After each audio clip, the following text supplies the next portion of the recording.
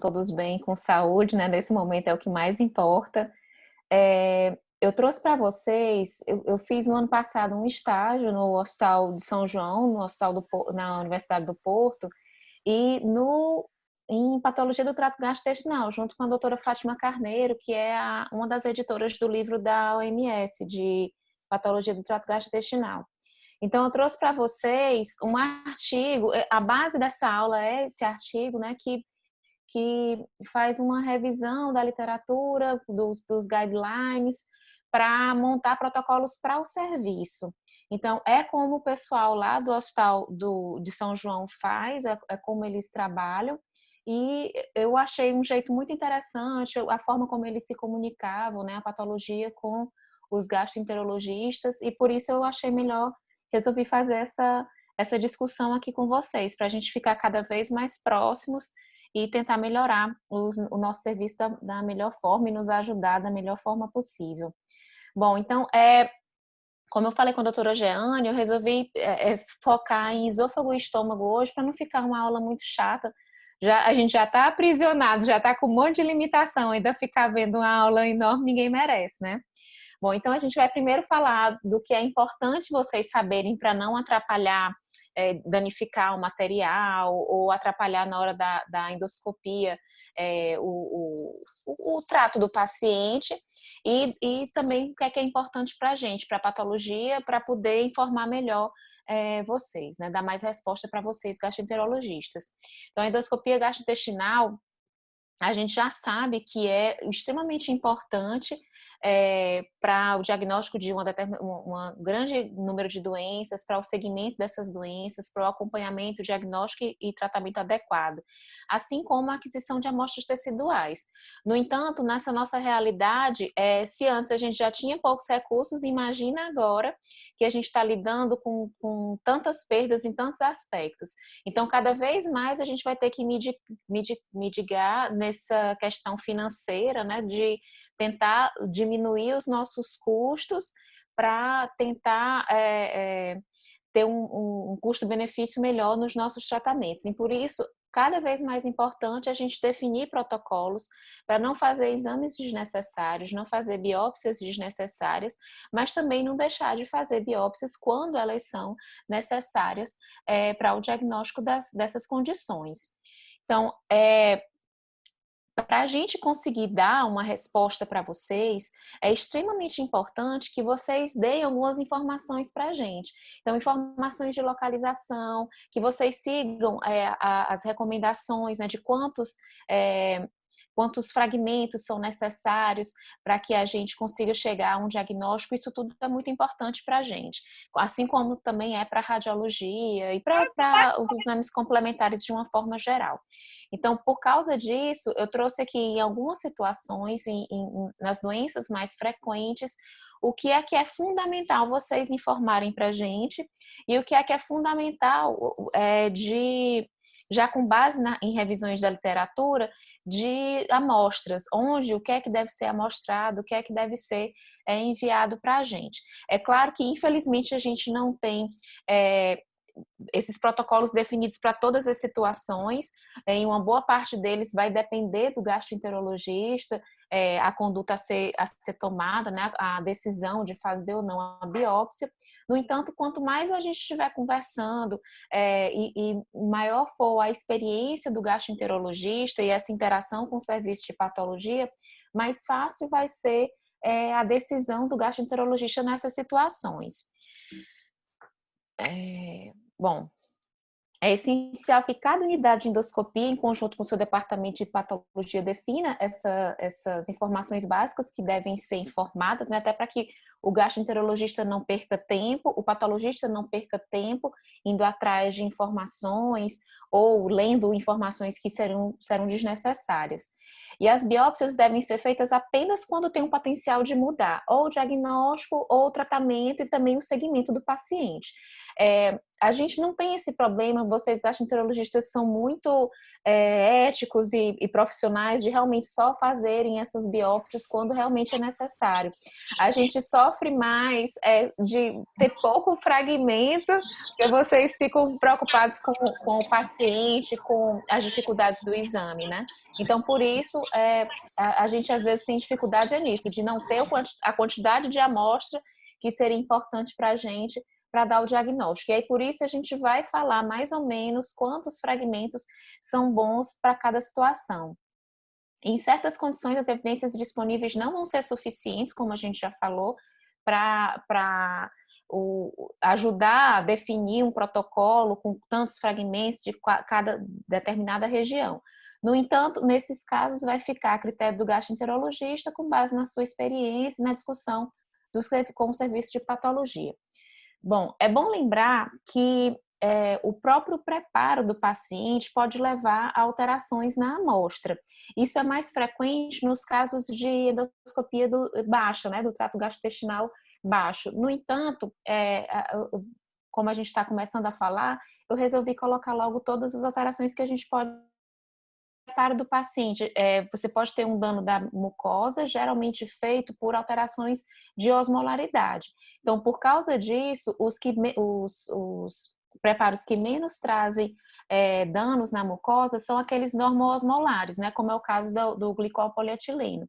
E os que alteram mais a osmolaridade, os purgantes, os laxantes, são os que podem trazer maior dano para a mucosa. E esses danos são: a mucosa fica mais adelgaçada, você pode ter até depressão de células caliciformes e pode ter uma infiltração de neutrófilos, que dependendo do grau, pode ter hemorragia também, e dependendo do grau e da extensão, pode levar a dificuldades de diagnóstico para o patologista. Por exemplo, fazer com que o patologista se confunda até com a colite pseudomembranosa nos casos mais agressivos. Mas isso é raro, é só para a gente não perder isso de mente e ter o cuidado na hora do preparo do paciente. Também o material pode sofrer danos na coleta da biópsia, né? O aparelho, o endoscópio, a manipulação do paciente pode trazer danos, que é o caso, podem ser provocados também pela próprio pinçamento do tecido, né? O esmagamento que a gente chama, e aí tem alterações na arquitetura do tecido que dificultam a análise histológica, os danos provocados pelo eletrocautério, né, que vão queimar, vão cauterizar o tecido, e isso também dificulta a análise histopatológica, os chamados scope traumas, né, que são os traumas relacionados à manipulação do paciente, né, a introdução do endoscópio e o toque do endoscópio na mucosa e no órgão, que pode levar a hemorragia, pode ter edema, pode ter alteração de infiltração neutrofílica provocadas diretamente pelo trauma. E também a pseudolipomatose, que fica parecendo que tem tecido adiposo ou na mucosa ou na submucosa do tecido. Eu trouxe umas fotos para ficar mais fácil da gente entender, tá aqui as fotos micrografias. Bom, nessas duas de cima, a gente vê tanto esmagamento, né, pinçamento, como alterações de eletrocautério. E nas daqui de baixo, a gente vê hemorragia, que são os traumas provocados pela manipulação do paciente, né, pelo endoscópio, hemorragia. A gente vê um infiltrado também maior na lâmina própria. Aqui a gente vê o edema e até o epitélio descamando aqui, que pode, para os patologistas menos experientes, pode ser difícil de diferenciar de uma erosão, por exemplo. Então, a gente tem que lembrar disso para evitar confundir na hora da análise histopatológica. E aqui é a pseudolipomatose que eu falei para vocês. Quando o gastroenterologista, o endoscopista, ele insufla a mucosa na endoscopia, pode acontecer esse aspecto que a gente está vendo aqui, que para o patologista fica muito parecido com o tecido adiposo. Ele vai aparecer, pode aparecer tanto na lâmina própria da mucosa, como na submucosa. E aí a gente tem que prestar atenção para não dar um diagnóstico errôneo de, por exemplo, um lipoma, né? No lipoma a gente não vai ter a delimitação, no caso da pseudolipomatose, a gente não vai ter a delimitação que a gente tem no lipoma, e isso vai basear o nosso diagnóstico diferencial. Quando vir, lembrar, pode ser só por causa da manipulação do paciente, e aí eu vou para a periferia para ver se tem delimitação, se é um lipoma ou se é só a pseudolipomatose. Bom, uma coisa que é importante a gente lembrar é que uma vez que o gastroenterologista pega o fragmento, ele retira um fragmento daquele tecido, ele está cortando a circulação daquele tecido, tá deixando de chegar ali oxigênio, nutrientes. Então, para que aquele tecido não autolise, não estrague, ele tem que ser fixado. E a solução fixadora ideal para a gente é a solução de formol, solução de formaldeído, a 10%, né, que na realidade é a 4%, 10 a 20 vezes o volume da peça. Esse é o ideal. No caso das endoscopias, como são fragmentos pequenos, translúcidos muitas vezes, é importante que se coloque no papel filtro, né? O ideal é o papel filtro, pode ser até aquele filtro de café, né? Que na minha época de residência, quando faltava o papel filtro, a gente fazia com aqueles filtros de café, cortava e colava. E isso facilita muito, tanto para não tenha perda, né? Para o fragmento não se perder se for muito pequeno no frasco, como também para a manipulação pelo patologista. Aqui colocando, né, na solução fixadora, 10 a 20 vezes o volume da peça, e no papel cartão ou papel filtro. O ideal é que seja um papel que permita que a solução de formaldeído penetre, seja absorvida. Porque se for um papel que tem algum tipo de ação impermeável, o fragmento pode autolizar. E aí isso é prejudicial. Aqui, que é o ideal, né, que é o papel filtro, que ele permite essa penetração do formol e facilita a fixação. Bom, vimos o geral, como é que deve ser a coleta do material e o que é que o endoscopista tem que fazer para não alterar esse material. E aí agora a gente vai passar para cada região. Vamos começar com o esôfago e depois a gente vai para o estômago. No esôfago, uma das patologias mais frequentes, a gente tem a doença do refluxo gastroesofágico e corresponde a 15%, né? 15% da população dos Estados Unidos tem doença do refluxo. E com frequência a gente vê discrepância entre os achados macroscópicos, né, o que o endoscopista vê na macroscopia e o que o patologista vê na microscopia. Então, por causa disso, a gente não conseguiu senso de quando é que esses pacientes devem ser biopsiados, um protocolo específico para o refluxo gastroesofágico.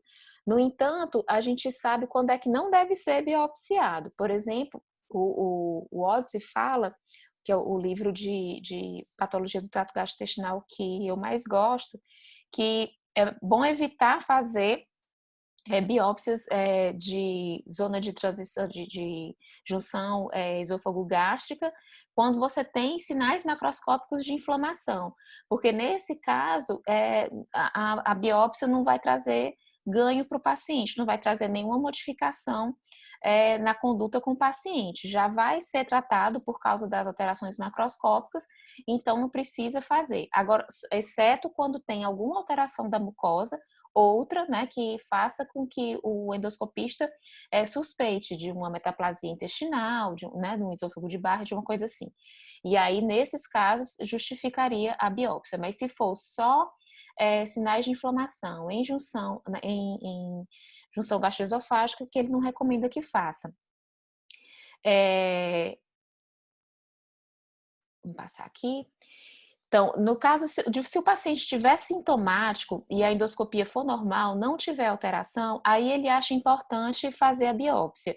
Para afastar a injúria tecidual, tem alguma alteração que não está ainda aparecendo macroscopicamente, mas que a gente possa detectar microscopicamente e seja importante documentá-la para o segmento do paciente. Também fazer biópsias nesses casos de endoscopia normal de pacientes sintomáticos para ver se há inflamação ativa e justificar um tratamento mesmo sem alterações macroscópicas, para descartar algum tipo de infecção que ainda não esteja trazendo alterações macroscópicas, para pesquisa de esôfago de Barrett, né, que também não tenha sido percebido na macroscopia, e displasias, né?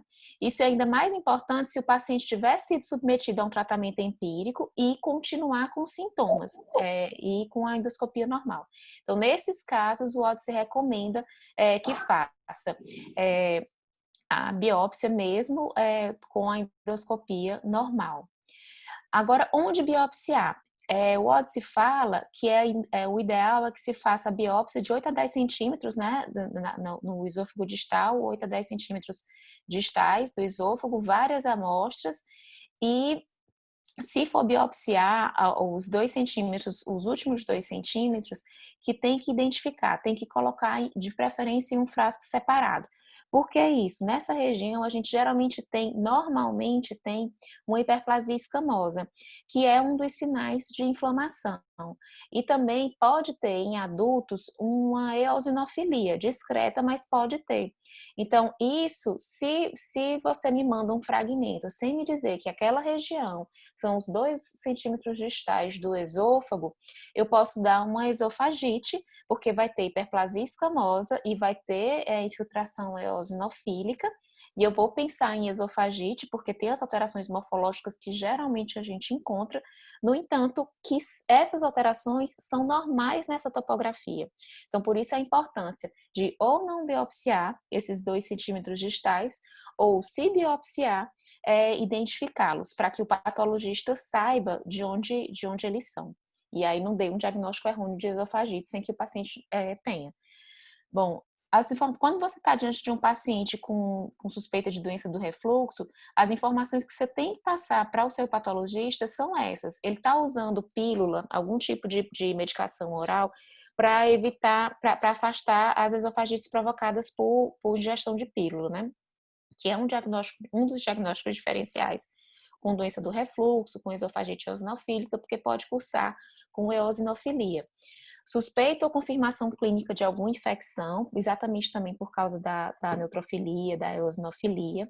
O uso de algum meio corrosivo, radiação, quimioterapia, porque também podem ter alterações que levem a um diagnóstico de esofagite errôneo.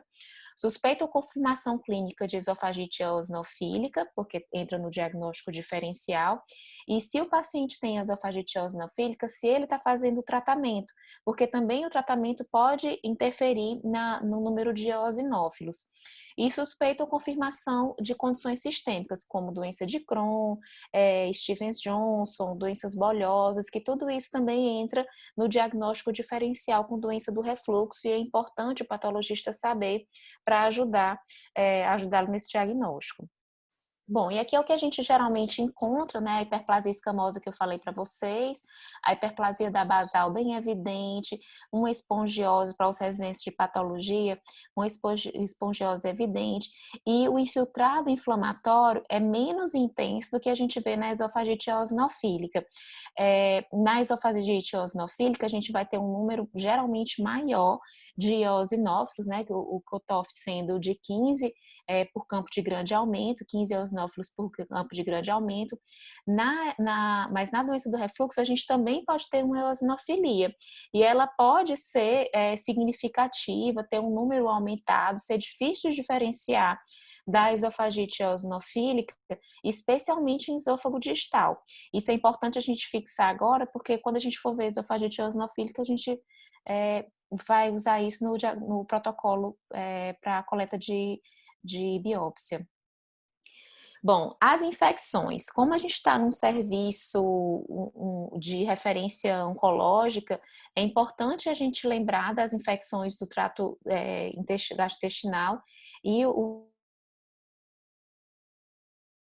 esses pacientes, exatamente para afastar suspeitas de infecção por citomegalovírus, herpes, cândida, que podem acontecer nesses pacientes.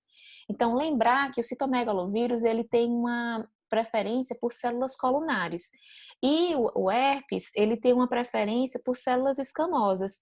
Então, essa diferença de epitélio, de preferência, altera também qual é a melhor região para ser biopsiada.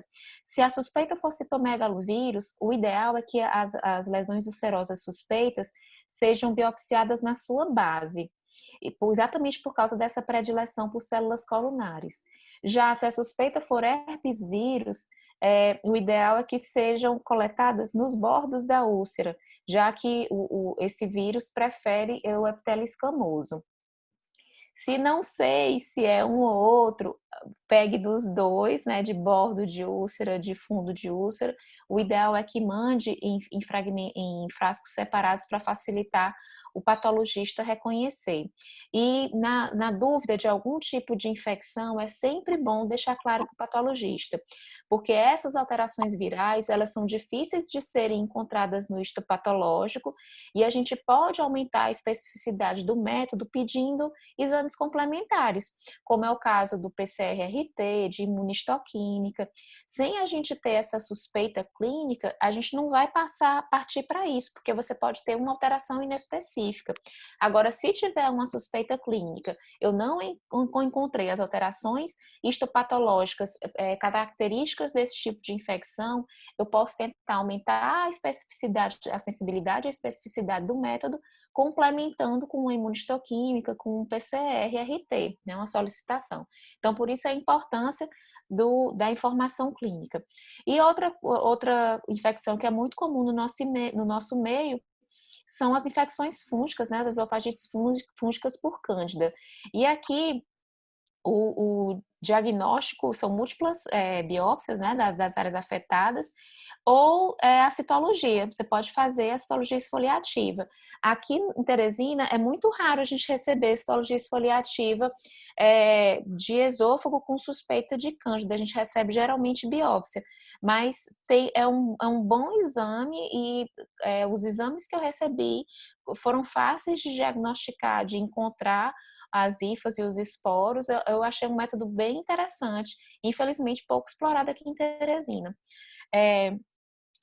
Lembrar que o principal é que sempre informem, por favor, ao patologista as suspeitas clínicas, se tem suspeita de alguma infecção, para que a gente possa, se não encontrar alteração histopatológica, complementar.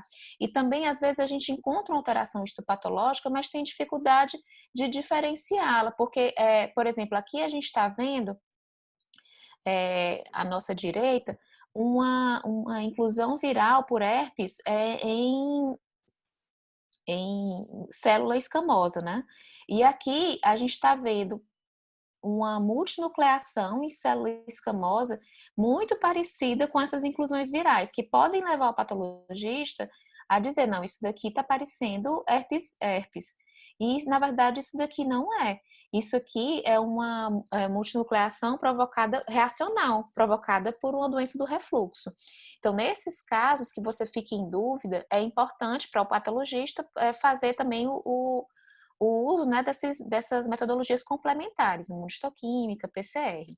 E, quando não encontra, pode fazer imunistoquímica PCR no caso da suspeita clínica. Bom, outra condição são as esofagites eosinofílicas. Os achados patológicos, eles podem ser descontínuos, né, na distribuição. Por isso a importância do endoscopista pegar em múltiplos focos. Lá no Porto, os endoscopistas pegavam de esôfago distal, esôfago médio e esôfago proximal e mandavam em frascos separados para o patologista saber, né? Obviamente, histologicamente a gente não tem como diferenciar, então por isso essas áreas, esses fragmentos da mucosa. Então, por isso a importância de mandar em frascos separados. Isso é muito importante quando a gente está fazendo o diagnóstico diferencial com doença do refluxo. Como a gente viu no começo, algumas doenças do refluxo podem cursar com eosinofilia mais intensa. E aí, se o endoscopista pega fragmentos só da região distal, o patologista vai ver, está aumentado, sei lá, 15, 16, muito próximo do cutoff, 16 eosinófilos por campo de grande aumento. E aí vai ter as mesmas alterações histopatológicas, né? Tem hiperplasia escamosa, hiperplasia da basal, espongiose, isso tudo a gente tem. Com eosinofilia de 16 eosinófilos por campo de grande aumento, eu vou pensar em esofagite eosinofílica. Mas é esôfago distal. Se for só esôfago distal, eu não vou fechar. Eu vou dizer compatível com se tiver história clínica, porém necessário correlação clínica e com endoscopia. Se eu tiver ou esôfago distal, médio e proximal, eu posso ajudar mais, eu posso contribuir mais com o endoscopista, dizendo, olha, está aumentado, mas é só na região distal, está aumentado difusamente nesse esôfago, então eu penso mais em uma esofagite eosinofílica do que num refluxo ou doença do refluxo. Então, por isso a importância de fazer a representação e de seguir o protocolo, porque a gente vai poder lhe ajudar mais o endoscopista nesses casos. Bom, o ideal é que sejam 3 a 6 biópsias, né, para ter a melhor sensibilidade e especificidade do método, usando esse cutoff de 15 eosinófilos por campo de grande aumento. Muitas condições cursam com eosinofilia. A gente citou brevemente quando estava falando lá. Stevens-Johnson, doença esofagite por ingestão de pílulas, isso tudo também pode ter eosinofilia e fazer esse protocolo com o esôfago proximal, médio e distal pode facilitar no diagnóstico diferencial. Lá no Porto, eles faziam também a biópsia de antro e de duodeno nas suspeitas de gastroenterite eosinofílica. E quando era a primeira consulta, quando o paciente estava entrando no serviço, eles faziam endoscopia alta e baixa, porque tem as correlações com doenças do trato gastrointestinal baixo, né? Então faziam também de intestino grosso, o protocolo como se fosse pesquisa de doença inflamatória intestinal, além do esôfago, estômago e do duodeno. Bom, e aqui é a fotomicrografia de uma esofagite eosinofílica clássica. É claro que não é só a quantidade, né, a contagem de eosinófilos que vai fazer a gente chegar nesse diagnóstico. Tem esses aglomerados de eosinófilos na parte superior, o infiltrado difuso, a espongiose, a hiperplasia da basal, o espessamento, isso tudo junto é que vai fazer a gente chegar nesse diagnóstico. Mas precisa também desse protocolo, de saber a localização, de saber os aspectos da endoscopia, de fazer a correlação com a clínica do paciente, para que o endoscopista feche o diagnóstico. Bem, outra condição é o esôfago de Barrett, né, a complicação mais preocupante da doença do refluxo associada a adenocarcinoma esofágico, com um risco 20 vezes maior, né, nesses pacientes que têm esôfago de Barrett, e consiste na substituição da mucosa do esôfago, né, do esôfago distal, a mucosa escamosa, por um epitélio colunar metaplásico. Aqui a gente tem 2 protocolos, né, que geralmente são feitos nos casos de esôfago de Barrett. Tem se utilizado mais o protocolo de Seattle, né? O pessoal de Portugal defende o protocolo de Seattle, que é adotado com taxa de sucesso, né? E consiste na realização de biópsias nos 4 quadrantes do esôfago a cada 2 centímetros. Fazem biópsias dessas regiões. O paciente tem que ser seguido, né? Se tem esôfago de Barrett sem displasia, tem que fazer a biópsia dos 4 quadrantes a cada 2 centímetros a cada 3 a 5 anos, vai repetindo. Se tem displasia de baixo grau, 4 quadrantes a cada 2 centímetros, de 6 a 12 meses. Se tem de alto grau, biópsia dos 4 quadrantes a cada 1 centímetro, a cada 3 meses. Se não puder fazer o tratamento para erradicação, né, a mucosé. E se tem segmentos curtos, né, com menos de 3 centímetros, sem metaplasia intestinal, não deve ser seguido depois de 2 endoscopias sem metaplasia.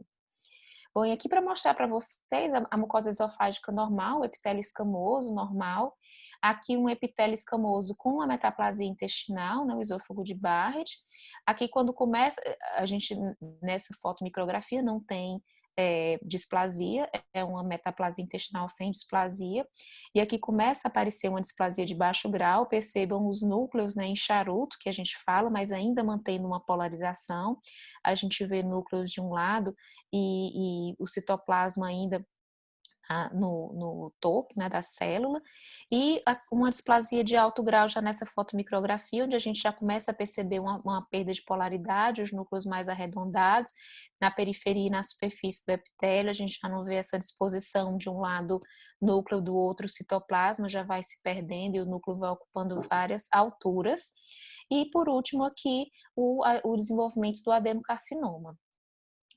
Bom, terminamos o esôfago, estamos mais próximos do final. Vamos agora para o estômago. A gente tem o protocolo nos casos de infecção por H. pylori, a escolha da abordagem vai depender da situação clínica, dos custos, né? E da perícia da equipe.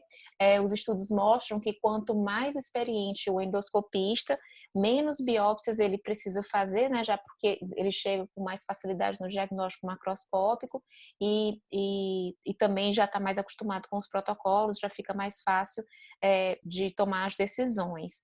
Os testes diagnósticos para o diagnóstico de infecção por H. pylori, eles podem ser o teste da urease, a avaliação histológica e a cultura. O teste da urease ele tem uma boa sensibilidade, uma boa especificidade e ele tem um ótimo custo-benefício, porque ele é o mais barato, né? E por causa disso é o mais recomendado. No entanto, tem situações em que ele perde essa sensibilidade e especificidade.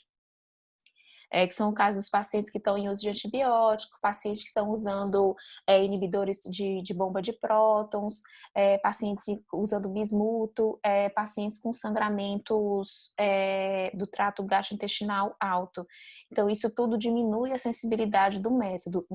Em caso de um paciente que tenha uma dessas características e que tenha dado um teste de urease negativo, é importante pedir o teste para a pesquisa de H. pylori. É muito comum a gente ver o endoscopista colocando histopatológico sem solicitar claramente a pesquisa por H. pylori. E a pesquisa por H. pylori, ela precisa de uma coloração específica, que é o GIMSA. Poucos serviços aqui no estado oferecem essa coloração. Então, também, ao mesmo tempo que é comum a gente ver o endoscopista pedindo só histopatológico sem especificar a pesquisa por H. pylori, também é comum a gente ver o endoscopista especificando histopatológico com pesquisa de H. pylori e o patologista fazendo só o HE, né? A hematoxilina eosina, que é a coloração básica. O ideal é que nos casos que o endoscopista vai precisar dessa pesquisa, dessa avaliação histopatológica do H. pylori, que ele deixe claro, né, que ele peça essa pesquisa, e é importante que o patologista faça a coloração por GIMSA, porque a acessibilidade, especificidade do método da avaliação histopatológica, ela é dependente da coloração GIMSA, ela é maior com a coloração GIMSA. E a última forma é a cultura, né? A gente tem também, eu não coloquei aqui porque ela é mais cara ainda e por isso menos utilizada. A imunistoquímica tem como fazer o diagnóstico por imunistoquímica, mas como é muito caro e a gente tem os outros métodos que são ótimos e mais em conta, ela dificilmente é utilizada. Mas a cultura também pode ser utilizada naqueles casos de pacientes resistentes a tratamento, que tenham tido insucesso em tratamento, e aí pode ser importante a cultura. Bom, aqui para mostrar para vocês uma mucosa gástrica com H. pylori na coloração HE e na coloração GIMSA. Percebam, aqui a gente está tendo uma grande infestação, tem um grande número de H. pylori, então já facilita visualizar. E mesmo assim, no HE a gente vê que não é tão fácil percebê-los, principalmente não é tão fácil diferenciá-los de outras partículas que estejam aqui na superfície da mucosa. Já com a coloração GIMSA, como ela escurece bastante, né, os bacilos, fica mais fácil a gente perceber e quantificar. Então, por isso a importância do método com a coloração GIMSA. Sem a coloração GIMSA, o método é menos sensível do que com a coloração GIMSA. Bom, para o diagnóstico, né, para avaliação nos casos de infecção por H. pylori, a gente tem os protocolos também. O que eu mais vejo aqui em Teresina é o das 3 biópsias, né, uma incisura angular, uma grande curvatura do corpo e uma grande curvatura do antro. Mas também tem esse protocolo de Sydney, que era o que era mais utilizado lá em Portugal, que são 5 biópsias, né, na pequena curvatura do antro e do corpo, a 2, 3 centímetros do piloro, e pequena curvatura do corpo a 8 centímetros do cárdia, grande curvatura do corpo a 8 centímetros do cárdia, pequena e grande curvatura do antro e do corpo a 2, 3 centímetros do piloro e a 8 centímetros do cárdia. Bom, a gastrite atrófica metaplásica ambiental e a autoimune, né? Essa eu trouxe a da ambiental, o protocolo. A da autoimune, como ela tem relação com outras lesões, geralmente a biópsia é feita direcionada a nódulos, a alterações macroscópicas na mucosa. E na gastrite atrófica metaplásica ambiental, a gente segue um desses protocolos aqui. Ou 7 biópsias aleatórias no fundo, corpo e antro, ou 12 biópsias, uma em cada quadrante do antro, 2 na incisura angular, 4 no corpo e 2 no cárdio. É sempre bom lembrar que essas biópsias, se tem ausência de fatores de risco, a biópsia para avaliação histológica do estômago sem alterações ou aspectos endoscópicos sugestivos de gastrite não vai ser necessária. No entanto, se tem história familiar de câncer, se tem história de displasia ou história pessoal de câncer gástrico, aí é que a gente vai seguir esses protocolos, mesmo em endoscopia normal.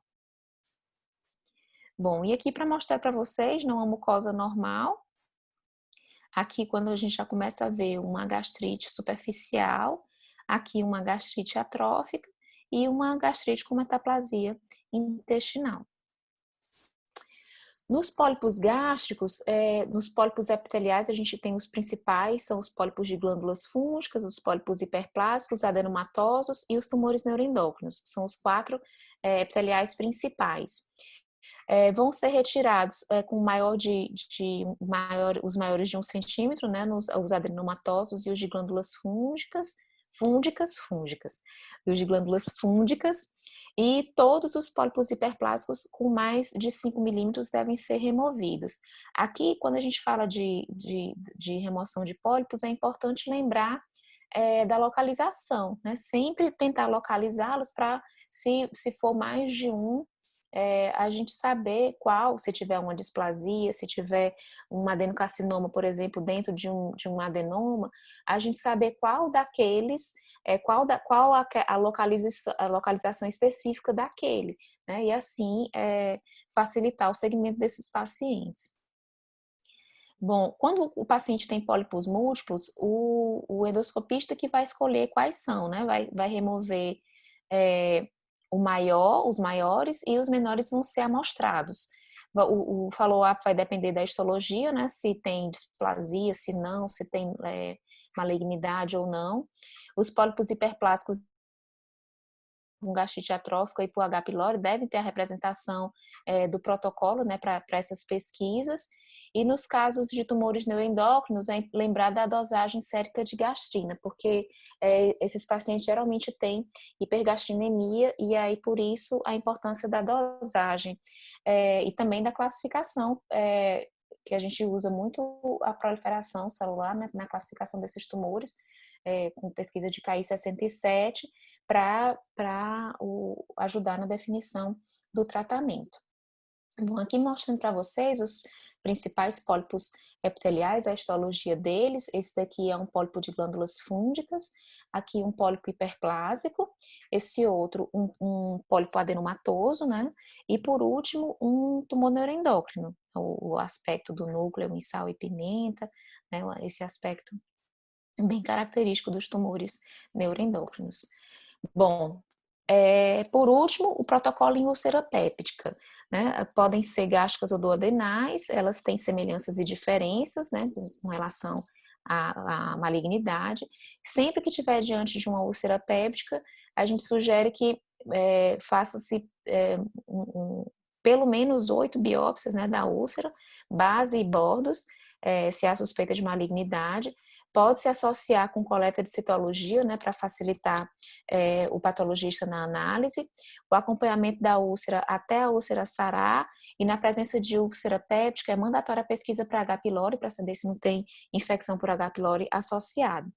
E lembrar do que o adenocarcinoma do tipo difuso pode não ter lesão de mucosa, né, pode não apresentar alterações de mucosa, mas aí, por causa da da alteração da distensão, né, do estômago, fazer biópsias aleatórias, né, para tentar aumentar a sensibilidade do método. Bom, gente, alguma dúvida? Vamos abrir agora para as perguntas, para os questionamentos. Diana, parabéns pela sua apresentação. A gente queria agradecer sua disponibilidade, aula excelente. Com certeza Obrigada. a gente tem muitas dúvidas. Deixa eu ver aqui quem está na plateia. Queria abrir para quem tivesse os status e residência. Quem tiver, eu acho que o Miguel levantou a mão, né, Miguel? Quer fazer alguma pergunta? Pode ligar o microfone. Ô, pessoal, boa tarde. Eu queria que a doutora pudesse falar um pouco sobre característica macroscópica desses pólipos que ela falou. Porque às vezes a gente está fazendo o exame e encontra vários pólipos. Eu queria só saber um pouco da característica macroscópica deles, qual fala mais a favor de malignidade, se eu posso suspeitar qual é hiperplástico, qual é adenomatoso, qual é de glândula fúngica. Pela macroscopia, eu até coloquei aqui uma representação, pela macroscopia, geralmente os vocês ainda estão vendo a minha tela? Não, né? Sim, estamos. Eu estou compartilhando. Estamos. Tá, pronto. Então, pela macroscopia, a gente pode ver, tem uns aspectos. Geralmente, os pólipos de glândulas fúngicas, eles são menores. Os pólipos hiperplásticos e adenomatosos, geralmente, são maiores. E também, nos adenomatosos, a gente tem esse aspecto, essas vilosidades encontra com mais frequência. E os tumores neuroendócrinos, eles geralmente são no inferior, na porção inferior da mucosa e submucosa. Então, ele fica mais profundo, ele geralmente tem um aspecto mais césseo do que os outros pólipos. Mas é muito difícil fazer o diagnóstico pela macroscopia, graças a Deus, né? Porque senão nós patologistas não ganharíamos esse dinheiro. Vocês dariam o diagnóstico macroscópico e deixariam a gente passando fome, né? Mas é mais complexo, é difícil mesmo de fazer esse diagnóstico diferencial na macroscopia. Tem relação com a localização, né? Os de glândulas fúngicas, geralmente a gente vai encontrar no fundo gástrico, mas só isso mesmo. Eu estou abrindo as perguntas. Quem tiver alguma, pode abrir o microfone e fazer. Senão, eu também tenho algumas aqui. Ei, Jane, eu tenho uma aqui. Certo. Pode falar. Liana, com a relação à suspeita das infecções, a solicitação do PCR, da imunistoquímica, é feita por nós, gastroenterologistas? Como é que é feito? É o seguinte, depende muito do serviço, né? Então, se você já no seu pedido fizer suspeita, paciente com suspeita de citomegalovírus, né? No público, geralmente o patologista já solicita a imunistoquímica. Agora, se for no particular, aí o médico tem que solicitar, porque infelizmente o convênio não autoriza se o patologista solicitar. Ele não autoriza a realização da coloração. Então, o médico assistente que tem que fazer a solicitação, tanto do PCR como da imunistoquímica. Mas no público, você falando sua suspeita, o patologista faz a solicitação, já faz a pesquisa. Ah, ótimo, obrigada. De nada. O pessoal da gastro que lida muito com hepatologia, eles ficam às vezes chateados com a gente, porque, por exemplo, os laudos de hepáticos, a gente sempre precisa de coloração especial. E aí, quando chega para a gente um caso, um fígado inflamatório, que a gente vai precisar da coloração especial, a gente tem que retornar para o gastro falando, ó, infelizmente a gente tem que ter a solicitação. E aí ele fica chateado, pô, você vai precisar, por que que você não pede? O problema é porque o convênio não autoriza. Se for o patologista solicitando, o convênio não autoriza. Aí é chato para a gente, é chato para o colega, pior ainda para o paciente, que fica nesse vai e volta de pegar solicitação, autorização, enfim. É uma limitação do sistema. Liana, para neoplasias gástricas, por exemplo, né, seja qual for o trato gastrointestinal, a gente isso é questão de prova para a gente dar endoscopia, né? Quantas biópsias, pelo menos, são necessárias para se ter uma boa amostra, né? Para a gente, considera pelo menos 4. Claro que a gente faz bem mais. Para vocês, o que é que vocês consideram? Pra gente, o melhor é que sejam 5. Pelo menos 5. Para tentar fazer. Agora, assim, se já tiver, depende muito também da clínica do paciente. Se o paciente já tiver, por exemplo, uma úlcera, aí no mínimo 8. Que a gente vai ter que pegar bem amostrada aquela região da úlcera. Se não tiver lesão nenhuma, por exemplo, você está suspeitando de um carcinoma difuso, e aí você não está vendo lesão, mas está vendo uma alteração na distensibilidade do órgão, aí vai fazer aleatórias, pelo menos 5. Certo. E outra pergunta, no esôfago de Barrett, né, em displasias de alto grau, normalmente, assim, o nosso protocolo do endoscopista é que tenha não só a opinião de um patologista, mas que passe para outro patologista também experiente, certo? Eu queria saber, como a gente está num centro de referência, hospital escola, né? O que é considerado um patologista experiente? Se a gente tem essa possibilidade no hospital universitário, claro que a nossa demanda é muito pouca, eu creio que não tenha, né? Mas o que é considerado para ser um patologista experiente na questão do esôfago de Barrett? O que eles falam de patologista experiente é patologista que lide só com patologia do trato gastrointestinal. Infelizmente, aqui no Piauí, a gente não tem em eu acho que nenhuma subespecialidade de patologia. Todo mundo é patologista geral, vai ver tudo. Ver patologia mamária, ver patologia do trato gastrointestinal. Então, assim, eu fiz esse curso, eu passei 45 dias com a doutora Fátima Carneiro, mas eu não vejo só patologia do trato gastrointestinal. Como ela vê 90% do volume dela é patologia do trato gastrointestinal. Então, ela é uma expert em patologia do trato gastrointestinal. Infelizmente, aqui no Piauí, a gente não tem ninguém que faça isso, que veja só isso. Mas o ideal é que, pelo menos, assim, esses casos que são mais complexos e que são difíceis, como as displasias, os adenocarcinomas em adenoma. Eu tive um caso de um adenocarcinoma, aliás, de uma lesão de alto grau, que era bem pequena, intramucosa, carcinoma intramucoso, num adenoma gástrico. Eu fiquei com tanta dúvida, e aí eu dei bem descritivo, mostrei para vários colegas aqui, e aí todo mundo com o mesmo medo, assim, de dar um carcinoma, de avançar num carcinoma, numa lesão que estava parecendo tão inicial. E aí a gente resolveu, eu conversei francamente com o gastroenterologista que tinha me mandado, e pedi, pelo amor de Deus, mande para um patologista do trato gastrointestinal que veja só isso para lhe ajudar. E aí depois eu acabei perdendo o feedback, mas assim, nem sempre é fácil. Nesses casos mais complexos, eu lhe garanto que sempre o patologista faz questão de mostrar para mais um, exatamente porque aqui a gente faz de tudo, e ainda assim tem casos que a gente vai precisar de uma consultoria externa, porque realmente tem situações que precisam de profissionais que vejam só aquilo no cotidiano, que tem uma vivência, uma quantidade de casos maior. O Felipe está pedindo para fazer uma pergunta. Felipe, nosso residente de endoscopia. Pode fazer, Felipe, fica à vontade. Eu tenho duas perguntas.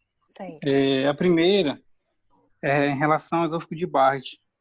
Como a doutora Liana teve experiência de passar uma temporada em Portugal, se eles faziam estudo imunohistoquímico para de Barrett, Faziam. se fazia de rotina ou De se não rotina. isso. E em que isso no que isso pode mudar o prognóstico do paciente em termos de conduta? Essa é a primeira pergunta. E a segunda pergunta que eu tenho é em relação à esofagite eosinofílica, que a gente, alguns autores, eles dividem a eosinofilia em presença de eosinofilia com um número de eosinófilo menor que 15, aquele cutoff de 15, né? Então, seria aquela esofagite eosinofílica clássica, e um padrão intermediário que eles chamam de esofagite eosinofílica respondedora IBP. E se existe, na patologia, se consegue diferenciar essas duas vertentes, né, da esofagite eosinofílica e a respondedora de IBP, já que as duas têm o cutoff acima de 15 eosinófilos. Vou começar por essa que é mais simples. A gente não consegue fazer essa diferenciação. O que a gente vai te dizer como é que tá, quais são as alterações que estão ali presentes. Então, quantos eosinófilos, se é uma eosinofilia mais intensa ou não, se tem alterações da mucosa mais exuberantes ou não. É isso, basicamente, que a patologia vai te dizer. Mas ela não vai chegar nesses detalhes que realmente só a clínica que vai chegar. E até o diagnóstico mesmo, quem vai fechar o diagnóstico é a clínica, porque a gente precisa da correlação com a endoscopia e com os exames de laboratório, né? Lá no Porto a gente botava até uma nota necessária, estreita correlação com dados clínicos, analíticos e endoscópicos, né? Porque não se chega ao diagnóstico de esofagite eosinofílica só pelo estudo patológico. O patologista ajuda em muita coisa, mas nisso ele não é definitivo. Ele é só uma das peças. Bom, aí voltando ao P53. Lá no Porto, a gente toda vez que tinha suspeita de displasia, era feito o P53. Não só isso. As mucinas também, um perfil de mucina para ajudar na definição de que tipo de epitélio que estava sendo metaplasiado, né? Se intestinal, se gástrico, né? Pilórico, enfim. Então, o que é que isso interfere? Na verdade, isso é mais importante para o patologista, para auxiliar o patologista no diagnóstico diferencial, porque a gente tem alterações reacionais que podem simular displasias, podem ser difíceis de serem diferenciadas de displasia. Então, esse painel imunistoquímico é para ajudar a gente na definição de displasia do que para a definição prognóstica. Agora, lá, o que eu percebi, que eu via muito, que aqui a gente quase não vê, era o tratamento muito precoce e muito sério dessas lesões. Eles faziam mucosectomia, a mucosectomia mapeada, com fotos, para facilitar a identificação, se tivesse alguma área de displasia de alto grau, ou se tivesse algum carcinoma intramucoso, ou se tivesse alguma área de comprometimento mesmo na mucosé, de margem comprometida, para eles saberem onde eles iriam voltar, que aqui, infelizmente, a gente não vê. Mucosé aqui, eu nunca recebi, por exemplo. No HU eu não faço a rotina, né? Eu sou só professora da UFP, então não sei como é que tá aí no HU. Mas o laboratório que eu trabalho atende muito ambulatório, né? E eu não costumo receber mucosé. Na quarta-feira a gente vai falar sobre esôfago de Barrett, aí a gente vai mostrar as modalidades terapêuticas, né, as possíveis modalidades terapêuticas. Aqui a gente conseguiria fazer aqui, que seria a mucosectomia com banda elástica, e as outras opções, no caso a radiofrequência, que a gente não tem, seria outra opção. Pois é, a mucosectomia é extremamente importante esse contato do patologista com o endoscopista, porque exatamente para documentar, marcar margens, para facilitar, montar um protocolo para facilitar a condução do paciente. Então, quando vocês já estão fazendo lá no HU? as mucosectomias? Assim, Não sei, doutora Jeane? no esôfago de Barrett, sim, porque é muito raro aparecer pra gente, até o Barrett tá mais raro, É aparecer difícil. mais com displasia de alto grau. A gente não tá tendo casos, né? Pelo menos não tá. Uhum, Até porque tá fechado o ambulatório, né? Mas assim, tem uhum, endoscopistas experientes para fazer toda a uhum. região. A gente... É Mas ainda, ótimo. claro, todos ainda, assim, claro, uns ainda pegando rotina, né? Pegando ainda Uhum, procedimento, né? uhum. Ótimo. Inclusive a questão da técnica, acho que o Felipe vai discutir isso, né? Que alguns usando kit de ligadura, um kit específico, eles não conseguem fazer a margem, né? Que é importante para vocês, que acaba desvirtuando, tirando para vocês essa possibilidade. Né? Hum. E para a gente é importantíssima a questão das margens. Por isso é lá no Porto era fotografado.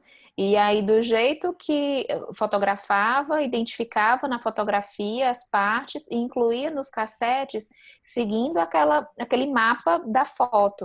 Então, a gente sabia exatamente, conseguia medir até se tivesse uma margem comprometida, quantos centímetros da margem estava comprometida, quantos milímetros. Era muito preciso. E aí, para o paciente, isso é ótimo, né? Porque se tiver algum tipo de comprometimento, dá para voltar exatamente no lugar que está comprometido, sem precisar fazer uma abordagem mais agressiva. Liana, quais são as outras alterações que podem ser vistas no Barrett, né? Porque eu vi em algumas aulas que pode ter tipo uma dupla muscular da mucosa, né? Não sei se vocês conseguem visualizar isso. Porque... Não, porque assim, nas biópsias, na peça, a gente consegue ver isso, mas na biópsia a gente vê basicamente representação da mucosa. E aí, no esôfago de Barrett, o que a gente tem é o epitélio escamoso sendo substituído pelo epitélio colunar, né? O epitélio colunar metaplásico. E aí, tanto pode ser gástrico, tem uma discussão danada com relação a isso, né? Como intestinal. E aí, o que é mais valorizado é o intestinal, que é o que tem maior correlação, enfim. Eu tenho uma dúvida, não sei se alguém tem mais outra dúvida que eu queria ver em relação à atrofia e metaplasia, que eu sempre fico com essa dúvida quando a gente vê, porque muitas vezes é bem característica, né? A metaplasia é o olho do endoscopista. Só que a gente tem que biopsiar para a gente ter o diagnóstico. Aí eu queria saber, nesses protocolos, eu já faço logo, se eu suspeito de uma metaplasia, esses protocolos que você falou, né? Ou eu primeiro dou uma pequena biopsiada para ver se realmente é metaplasia, atrofia, para depois eu estadiar. O que acontece muito aqui é que geralmente a gente recebe só a biópsia da metaplasia, da área de metaplasia. E aí isso dificulta muito para o patologista, porque a gente vai ver aquela área, mas não está vendo o todo. E a metaplasia, ela é alteração crônica, né? Então, ela indica que tem uma gastrite crônica, mas ela é uma das alterações dessa gastrite crônica. Então, para eu ter uma visão melhor, o ideal é que eu tivesse uma representação maior. Por isso que aqui a gente vê pouco diagnóstico de gastrite atrófica, porque para eu ter esse diagnóstico de gastrite atrófica com metaplasia, eu teria que ter uma avaliação maior. Eu preciso ter a avaliação do antro e do corpo, eu preciso ter uma boa amostragem para ver a extensão, para ver como é que está essa mucosa, para ver a quantidade de glândulas que essa mucosa geralmente tem e se está realmente diminuído ou não. Então, por causa disso, é que os diagnósticos aqui são menos completos, porque o patologista geralmente tem uma visão mais limitada, ele só recebe uma área que está alterada, ele não está recebendo a mucosa como um todo. E aí pode, por exemplo, o diagnóstico de gastrite crônica atrófica com metaplasia tem que ter essa amostra mais alargada, de 5 a 7 fragmentos. Então, suspeitou de metaplasia, né? Suspeitou de metaplasia, o ideal é fazer representando incisura angular, representando o corpo, representando o antro, para facilitar o patologista chegar nesse diagnóstico.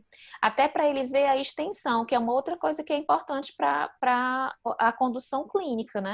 A extensão da metaplasia.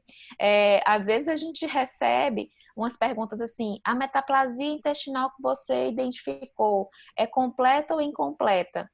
Isso não tem, assim, significado clínico nenhum, porque apesar de terem estudos falando que a incompleta tem mais relação com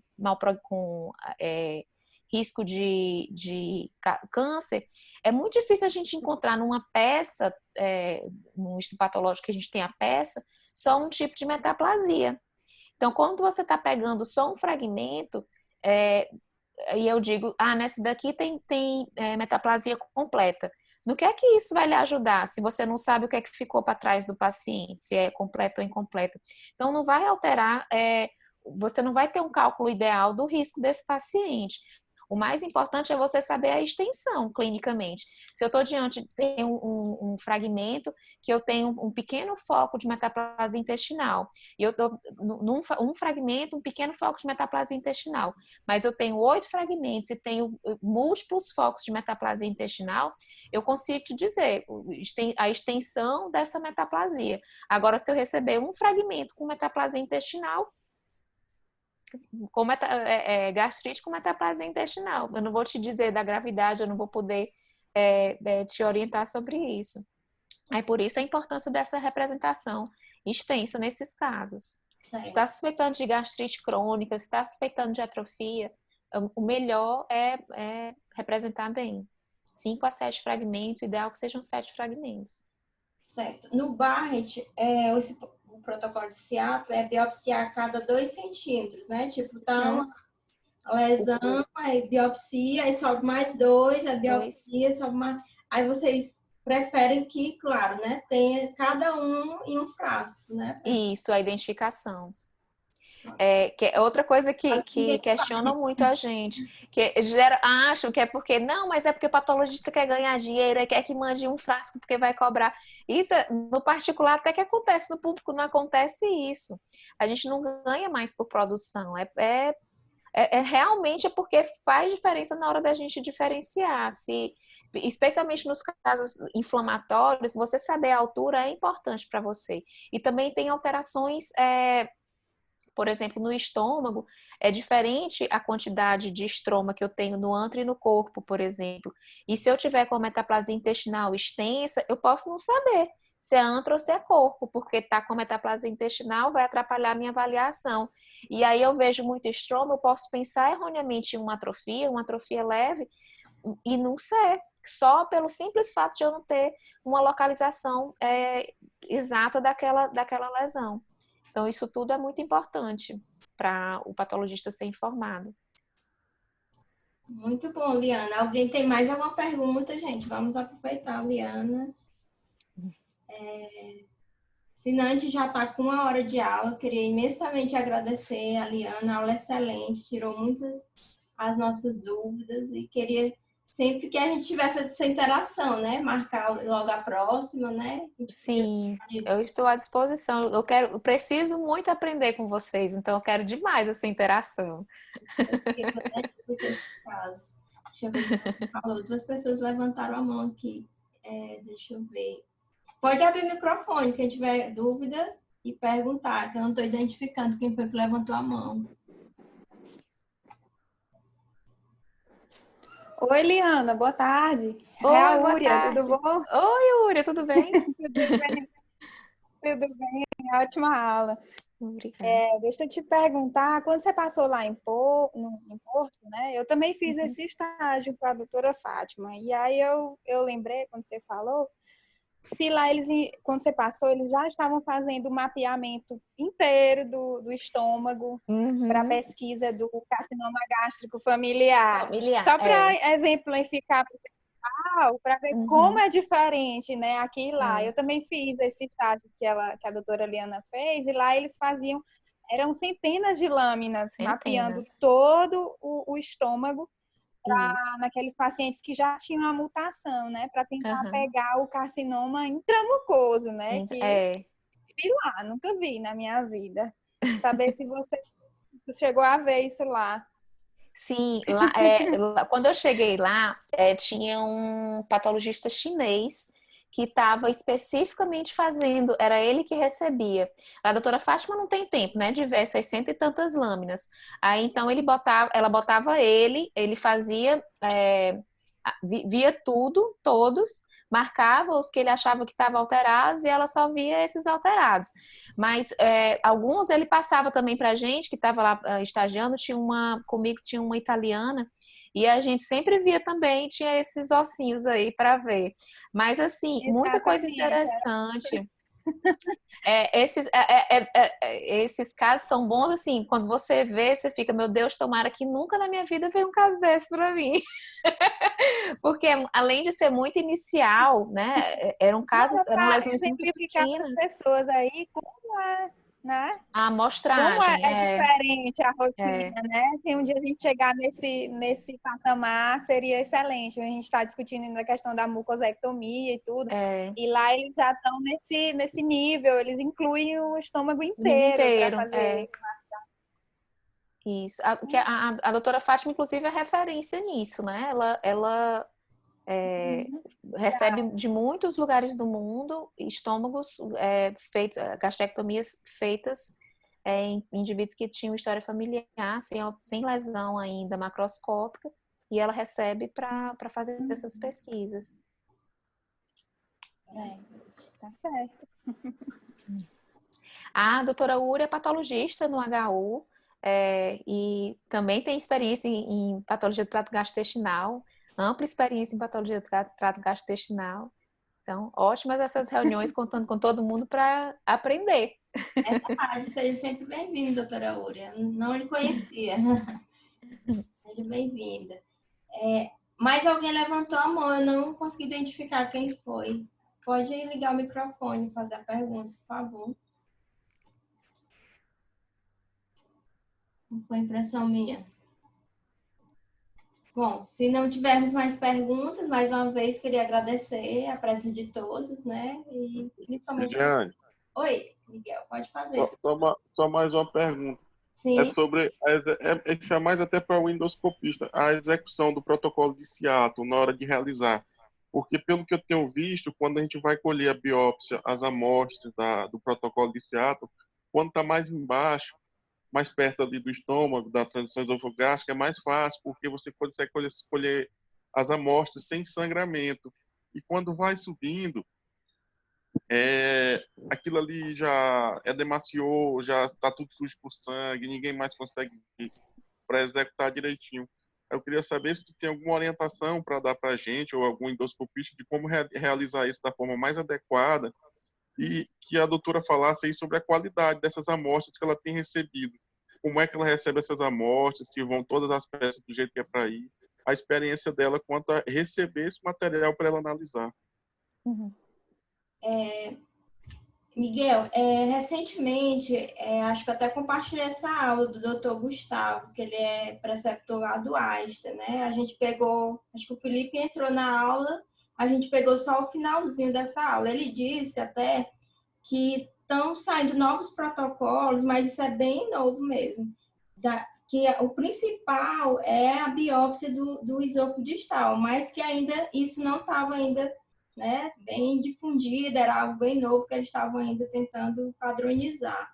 E realmente é realmente difícil fazer, ainda mais que a gente tem, que acho que nem o endoscopista faz, que é biopsiar aquela lesão, aí subir 2, aí biopsiar. Realmente é bastante complicado na prática, né, pelo sangramento, aí você tem que tentar contornar, sedar direitinho, lavar a lesão. Essa é a parte que me cabe para responder. Aí eu passo a bola para Liana. Aqui o que a gente vê é que dificilmente tem essa quantidade de amostras que é preconizado nos protocolos, né? Por exemplo, esofagite eosinofílica. A gente recebe uma amostra, a gente não recebe distal, médio, proximal, nem distal e proximal a gente recebe, mas não são todos, não é a maioria, infelizmente.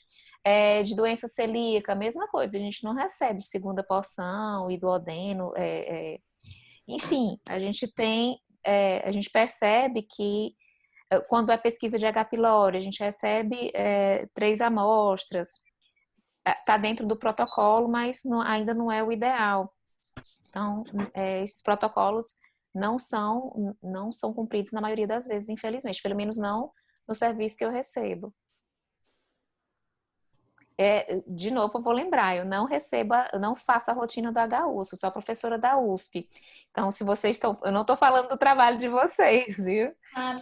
Mas a nossa demanda é pequena, Liana, né? A gente não tem muitos casos apesar de ser referência, né? Que o pessoal encaminha pra gente e tal. Mas, assim, a gente não tem um número muito grande ainda de acompanhamento, né? Mas tem alguns casos, mas não, acho que não suficiente. Acho que por isso que a gente não tem também essa mão de mucosectomia no Barrett, né? Porque aí para diagnosticar uma displasia de alto grau já vai demorar mais um pouco. Eu vi poucos casos, vi na minha residência. Realmente, na minha prática, eu não fiz ainda mucosectomia de Barrett. Bom, gente, se alguém não tiver mais nenhuma pergunta, eu queria novamente parabenizar a doutora Liana e agradecer por sua disponibilidade, excelente aula, e que a gente mantenha sempre esse contato, né? Temos a residência para a gente melhorar cada vez mais o nosso serviço. Sim, eu que agradeço o convite, eu tenho muito a aprender com vocês, me interesso muito por essa área, quero muito aprender. Queria agradecer também a presença dos residentes de patologia, agradecer a doutora Jeane pelo convite, porque também é uma oportunidade importante para eles participarem e também começarem a fazer a rede de contatos deles, né, e de aprendizado. Então, muito obrigada a todos. Boa tarde. Contem comigo. Com certeza. A gente vai falando. Um abraço, boa tarde, pessoal. Um abraço, tchau, gente. Fiquem com Deus. Obrigada, Helena. Tchau. Tchau.